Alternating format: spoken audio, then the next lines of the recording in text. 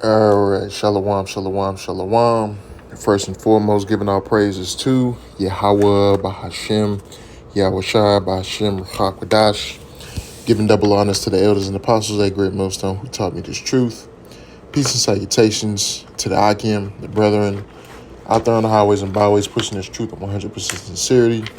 Peace and salutations to the hopeful elect. And peace and salutations to the sincere sisters who believe in this gospel. So I want to entitle this lesson, The Heathen Rose Up Against Jake Because of Sin. And just still touching on a situation where the leader from IUIC, General Nathaniel Alaga, the leader, he spoke on camp last week and said that it's lucky. And he said that the heathen, after 1,000 years in the kingdom, are going to raise up and come against us. And I'm going to go through scriptures and prove that the heathen only rose up against Jake, only rose up against the nation of Israel because we went off and because we sinned, right? But when we were in line with the law, statutes, and commandments, and we were, walking accordingly to what Yahweh Bashim Yahweh Shai set forth via the law of Moses, we were at peace. And when we get in the kingdom, once our kingdom is established and we have those new bodies, according to the scriptures, we're going to have the laws in our inward parts, right? And there's going to be no more thing as sin. As far as the Israelites, heathen, they're going to be sinning still. But as far as, as far as us as Israelites sinning, we're going to be keeping the law perfectly because we're going to be in those new bodies, right? So first off, I'm going to go ahead and start off with Deuteronomy chapter 28, right? And it says, "And it shall come to pass, if thou shalt hearken diligently unto the voice of the Lord Yahweh, by Hashem Yahweh Shai thy power, to observe and to do all his commandments which I command thee this day, that the Lord thy power will set thee on high above all nations of the earth. And all these blessings shall come upon thee and overtake thee, if thou shalt hearken unto the voice of the Lord thy power. Because thou shalt be in the city, and blessed shalt thou be in the field. Blessed shall be the fruit of thy body, and the fruit of thy ground, and the fruit of thy cattle, and increase of thy kind, and the flocks of thy sheep. Blessed shall be the basket in thy store. Blessed shalt thou be when thou comest in, and blessed shalt thou be when thou goest out. The Lord shall cause thine enemies that rise up against thee to be smitten before thy face. They shall come out against thee one way, and flee before thee 7 ways. Right? The Lord shall command the blessing upon thee in thy storehouses, right? It's like you. So, when it talks about our enemies, right? Verse 7. First off, when it talks about the blessings, these are the blessings that we're going to receive for following the laws of Yahweh Bashem Yahweh Shai, as we should, right? So it says these are the blessings that are going to follow us. So if we're in those new bodies, right, and we are keeping the law perfectly because we are in those new bodies, well, what is the result of that? That means that we're going to be under the blessings. And what are one of the blessings, right? Verse 7, it says, the Lord shall cause thine enemies that rise up against thee to be smitten before thy face. They shall come out against thee one way and flee before thee 7 ways, right? So even if any heathen does rise up against us, well, they're not gonna prosper, right? And it's even said those nations that shall not serve us, we're going to destroy them. It's like, yeah. Let's find that one. This is the book of Isaiah chapter 60. And I'm going to start at verse 10. It says, "And the sons of strangers shall build up thy walls, and their kings shall minister unto thee. For in my wrath I smote thee, but in my favor have I had mercy on thee. Therefore thy gates shall be open continually. They shall not be shut day nor night, that men may bring unto thee forces of the Gentiles, and that their kings may be brought. For the nation and kingdom that will not serve thee shall perish. Yea, those nations shall be utterly wasted," right? So if there's any nation or kingdom that's not in alignment with us and serving us, right, they're gonna be destroyed, man.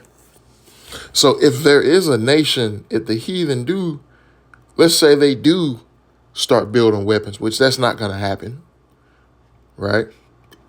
But let's say they do, right? It doesn't even matter, because they're gonna utterly be destroyed, right? Because what? We're under the blessings, and any nation that doesn't serve us, right, they're gonna perish, and they should utterly be wasted. So it don't matter even if they do, if we're following the law perfectly, right? Let's go to Hebrews.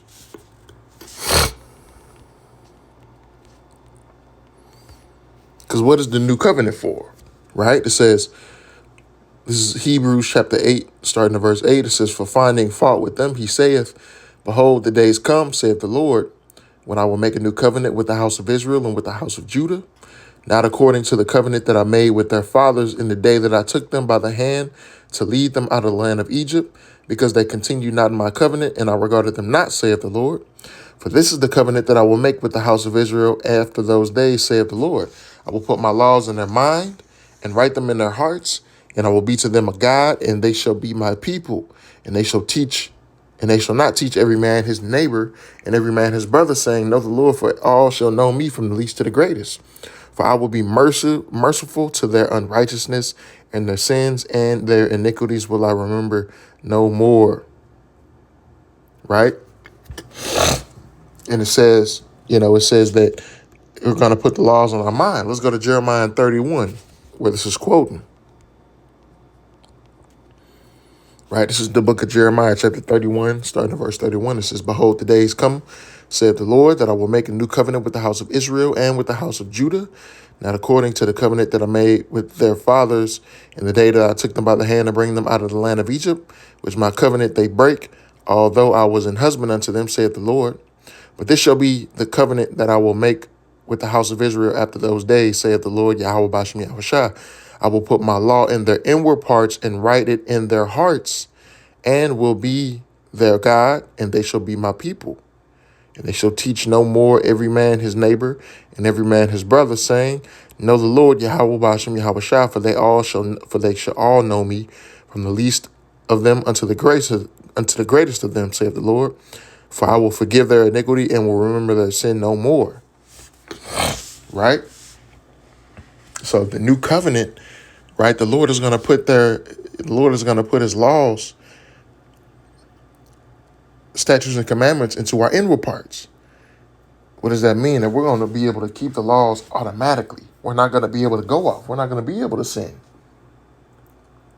because the law is going to be in us. It's going to be in our flesh. Let's go ahead and get another scripture on that. Ezekiel 36, I believe.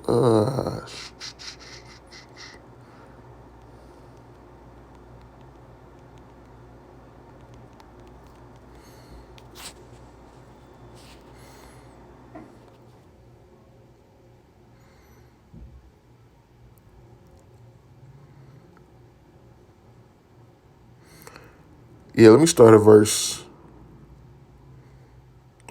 23. This is the book of Ezekiel, chapter 36, and verse 23. "And I will sanctify my great name, which was profaned among the heathen, which ye have profaned in the midst of them. And the heathen shall know that I am the Lord Yahweh Bashem Yahweh Shai, saith the Lord Yahweh, when I shall be sanctified in you before their eyes. For I will take you from among the heathen and gather you out of all countries and will bring you into your own land. Then will I sprinkle clean water upon you, and ye shall be clean from all your filthiness, and from all your idols will I cleanse you. A new heart also will I give you, and a new spirit will I put within you. And I will take away the stony heart of your flesh, and will give you an heart of flesh. And I will put my spirit within you, and cause you to walk in my statutes, and ye shall keep my judgments and do them. Ye shall dwell in the land that I gave to your fathers, and ye shall be my people, and I shall be your God. And I will also save you from all your uncleanness, and will call for the corn, and will increase it, and lay no famine upon you. And I will multiply the fruit of the tree and the increase of the field, that ye shall receive no more reproach of famine among the heathen. Kind of, right? So the Lord is going to put his spirit in us, right? And cause us to walk in his statutes and keep his judgments, right? And we read in Deuteronomy chapter 28 that if we do as the Lord saith, right? Right? It says, and it shall come to pass if thou hearken diligently unto the voice of the Lord thy God, to observe to do all his commandments, which I command thee this day, that the Lord thy God will set thee on high above all nations of the earth, and all these blessings shall come on thee and overtake thee, if thou shalt hearken unto the voice of the Lord thy power, right? So if we do the law, statutes, and commandments and keep his judgments, then all these blessings are going to come upon us, right? There's not going to be any more going off. There's not going to be any more sin as far as the house of Israel, man. And one of the blessings is that if any nation rise up against us, they shall flee from us 7 ways, which means we're gonna take them down. So it ain't gonna be no nations rising up against us, man, after 1,000 years. That's a false doctrine. So let's go here for a couple more scriptures and show that nations came up against Israel when Israel sinned. So look, we're gonna go to the book of Judges, starting at chapter 10. In verse 6, it says, and the children of Israel did evil again in the sight of the Lord, Yahweh Bashem Yahweh Shai, and served Balaam and Ashtaroth, and the gods of Syria, and the gods of Zidon, and the gods of Moab, and the gods of the children of Ammon, and the gods of the Philistines, and forsook the Lord and served not him. And the anger of the Lord was hot against Israel, and he sold them into the hands of the Philistines and into the hands of the children of Ammon. And that year they vexed and oppressed the children of Israel 18 years. All the children of Israel that were on the other side of the Jordan in the land of the Amorites, which is Gilead, right? So Israel went off. They started serving other gods, right? So they started going against the law, statutes, and commandments, and forsook the law and forsook Yahweh Bashem Yahweh Shai. And what did he do? He put them in captivity.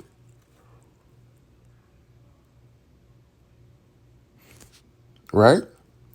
Put them in captivity, right?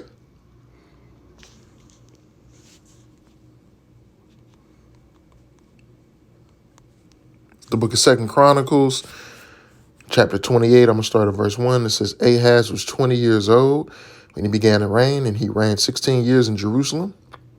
But he did not that which was right in the sight of the Lord, like David his father, for he walked in the ways of the king and the kings of Israel, and also made also molten images for Balaam. Moreover, he burnt incense in the valley of the son of Hinnom, and burnt his children in the fire after the abominations of the heathen, whom the Lord had cast out before the children of Israel. Right? Right after that is what? Judah is invaded. Wherefore the Lord his power delivered him into the hand of the king, verse 5. Wherefore the Lord his power delivered him into the hand of the king of Syria, and they smote him and carried away a great multitude of them captives and brought them to Damascus. And he was also delivered into the hand of the king of Israel, who smote him with a great slaughter. Right? Because Israel was already, the northern kingdom was already through at that time. They ain't give a fuck. So, the scriptures say those, you forsake the law, you're like a beast. You know what I'm saying? So the Northern Kingdom was damn near like the heathen at this point, because they ain't give a fuck. They ain't give a fuck about the law, right? So that's why the Northern Kingdom is mentioned. That's why, you will see in, the second book of Second Chronicles and Second Kings, where Israel came against Judah, the Southern Kingdom.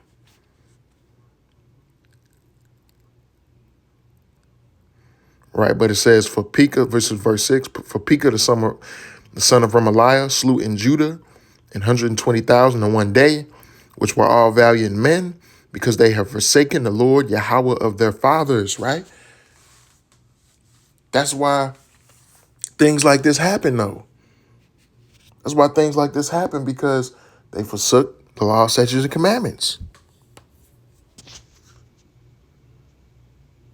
right? Let's go to Baruch chapter 2, starting in verse 1. It says, therefore the Lord hath made good his word, which he pronounced against us, and against our judges that judged Israel, and against our kings, and against our princes, and against the men of Israel and Judah, to bring upon us great plagues, such as never happened under the whole heaven. And it came to pass in Jerusalem, according to the things that were written in the law of Moses. And what are those? What are the curses? Deuteronomy chapter 28, verse 15 on down.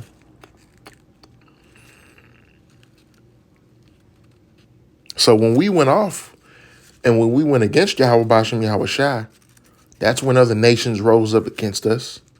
That's when we didn't have peace. That's when we were at war. You know what I'm saying?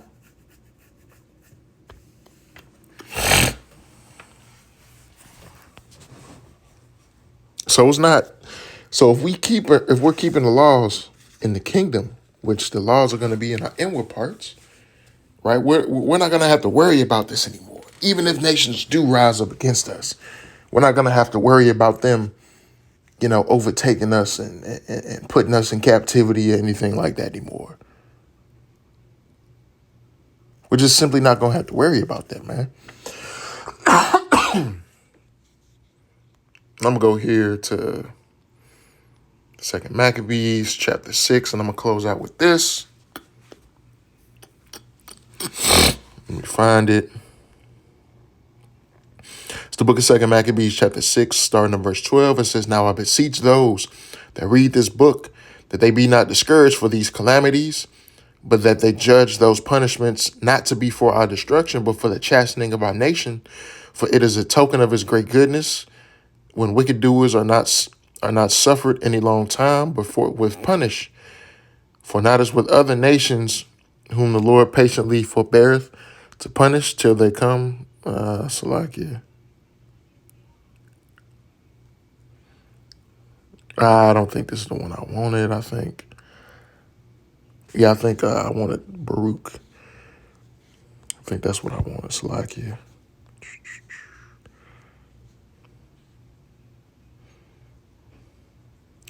Yep, here, let's start. This is Baruch chapter 4 in verse 6. It says, you were sold to the nations, not for your destruction, but because you moved Yahweh to wrath, you were delivered unto the enemies, for ye provoked him that made you by sacrificing unto devils and not to the Yahweh.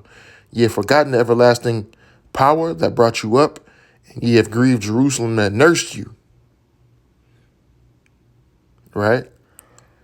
So whenever we went off and forsook the covenant, forsook the ways that the Lord has taught us, and forsook Yahweh Bashem Yahweh Shai, that's when things like this happen to us, man.